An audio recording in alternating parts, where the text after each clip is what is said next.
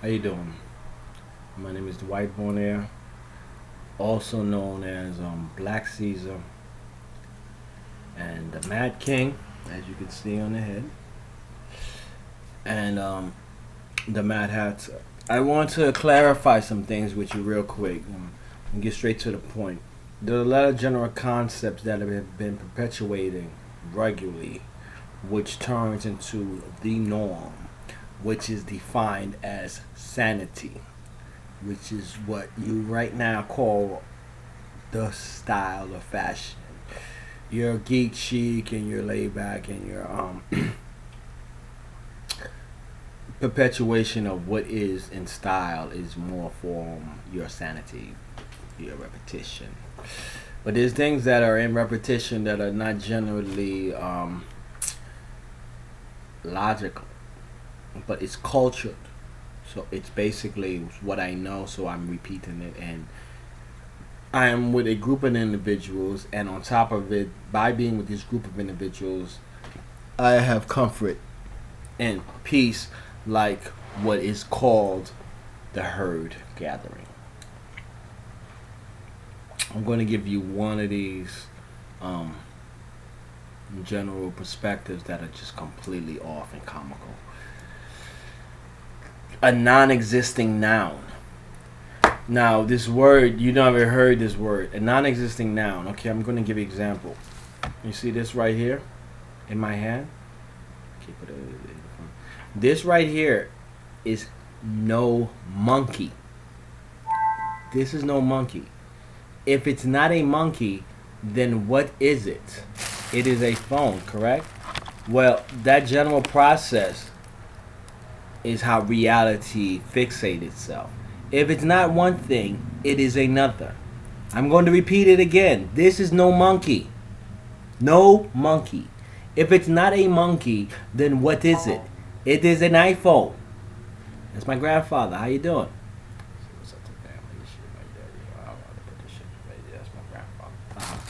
All right. Now, as above, as below. General concept of as above, as below, what you hear in the religion. What is one way will always be in next. It's called the reflection. If you can't do it one way, you can't do it the next. The perception of no God cannot exist because if it is not one thing, then it's another. If it's not your perception of a God, then what is it? It is a goddess. When you say I believe in no God, then what do you believe in?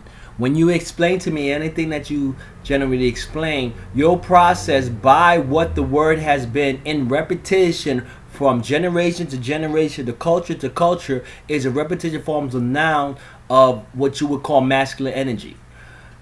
The word God is simplified by saying God is everything. Well, what is everything in the universe scientifically, even if you want to entertain that perception? Energy. Everything in the world is energy.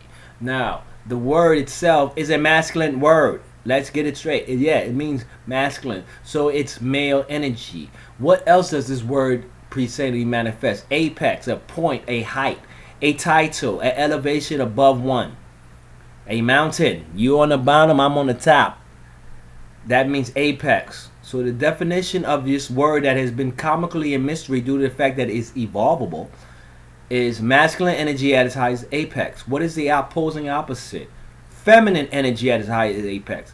If you say you don't believe in a God, to me, you say you believe in a goddess. Now, what is a goddess? The opposing opposite of a god. Feminine energy at its highest apex. Now, what is these polarities? I hope you understand this is intelligence and you catch on because I know you niggas. I know you define yourself smart because you dress it. Like you could dress smart. Fabulous idea. Okay, going back to the subject matter. What is these polar opposites? Masculine energy defined by the Egyptians, which was higher science and lower science. Higher science represented masculine energy and the pretenses that I build the house. Lower science is I decorate the house. So masculine science and house built by what? Structures, forms, and lines and squares. You know what I'm saying? Really, lines and squares. Okay, lines, squares, and triangles. Little points. Bum, bum, bum, bum. This represents logic. a perpetuation, that consistent. The feeling that I acquire from this logic or comfort has a flow, a fluidity. Can't really explain, but oh, it's so good. This it represents femininity. So it is your logic and your emotion. Now going back to the subject matter. If you don't believe in one, you believe in another. So if you do not believe in the precepts of the logic because it has been kind of wishy-washy, I go into another concept which is belief in a second. You're going to invoke or more favor the emotion. So when you say you do not believe in the logic, or you say I don't believe in no God, that means you believe in a goddess. What is a goddess? Emotion. So you're acquiring an emotion, but yet you do not understand that behind every yin there's a yang. Behind every emotion there's a logic. So when people turn around and say they don't believe in God, they're literally saying I have more faith in the feeling of things than the understanding of things. They do not know this because they have no respect for logic. Yet they are immensely intelligent, advanced, and flowing will. But the question is, how are you doing this without no general respect of logic? You are doing this because you are EA possessed. Now, understand the concept of the word is in an emotional perspective. If you at a strip club or anything, and someone turns around and is dancing, the female's dancing, and she arouses you, she did not touch you, yet you have been affected. You have been possessed by the energy and the feeling of her that she has acquired. Okay? Another way of understanding the perception of it. When someone says I love you, you get this amazing feeling over you. You get this amazing feeling over you when someone say I love you because of the thought. The thought that someone cares for you and has comfort for you and has your back on whatever perception you think that love is, creates this euphoric feeling. One creates the next creates the other. What you have going on is a general perception of the belief that God is everything. So if God is everything, the opposing opposite of everything is nothing. So they generally say I believe in no God, but that is not generally true. You have more faith in feminine energy, which is a goddess. That's why you have so much amongst this feminine energy. But your feminine energy cannot grasp and hold on to no logic because of one perpetuation. Because of one cause created an effect. What you're watching is cause and effect. You're not watching it as I'm watching it because I'm watching you. I am not living the perception. Only, here's a comical thing. Only in your perception of sanity can you entertain belief. Belief means faith in someone else's knowledge. I do not know, but I have faith that this individual knows. Let me explain to you that. You do not know, but you have faith that Jesus knows something. This is why people believe in Jesus. The reality is Jesus is a genius. I'll come into that later. But but what I'm explaining to you is that you have faith in someone else now. That means you do not know. Disbelief is I do not know, but I do not believe you know. That pretense has no kind of logic.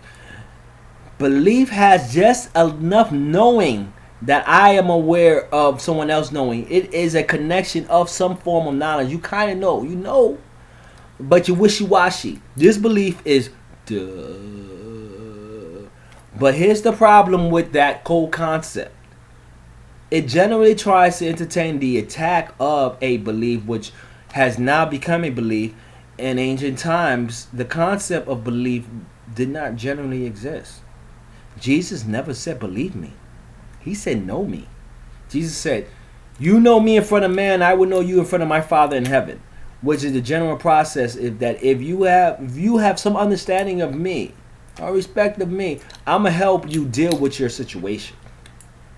Jesus, I don't want to go into that stuff. But Going back to what I was saying, trying to keep to the subject. I'm banging you in the head, and I'm just gonna bang you in the head. Okay. Disbelief is purely ignorance. You're not telling me that you disagree. Disbelief is not disagree. Disbelief is I don't know, but I don't believe in you. Disbelief is purely ignorance. The universe works in a perception of three. Okay? Life, death, rebirth. Man, woman, child. Continuation of three. Everything works in this process. Belief, sooner or later. Now, let me give you a little bit of belief. Belief will be, I'm in the jungle. You're in a wild jungle. Understand the perception of this, that it will clarify a lot. You're in a wild jungle. You have a guy. I don't know the jungle, but I believe this man, because he has all the feathers, he's been around all the time. Someone introduced me to him who said he's been here all and told me all these crazy stories. He knows from one path of the jungle to the next. I got to get through this jungle. So I'm going to believe him. You walking with this dude for a long period of time, and you turn around and you start to feel like, because you starting to go crazy, because you were told this trip was only going to take me 2 days. We on 4 days, bro, and I'm getting eaten, tripping out, and them all these noises is tripping me out. The chaos, nature. And we're going to go into that later. You start to disbelieve.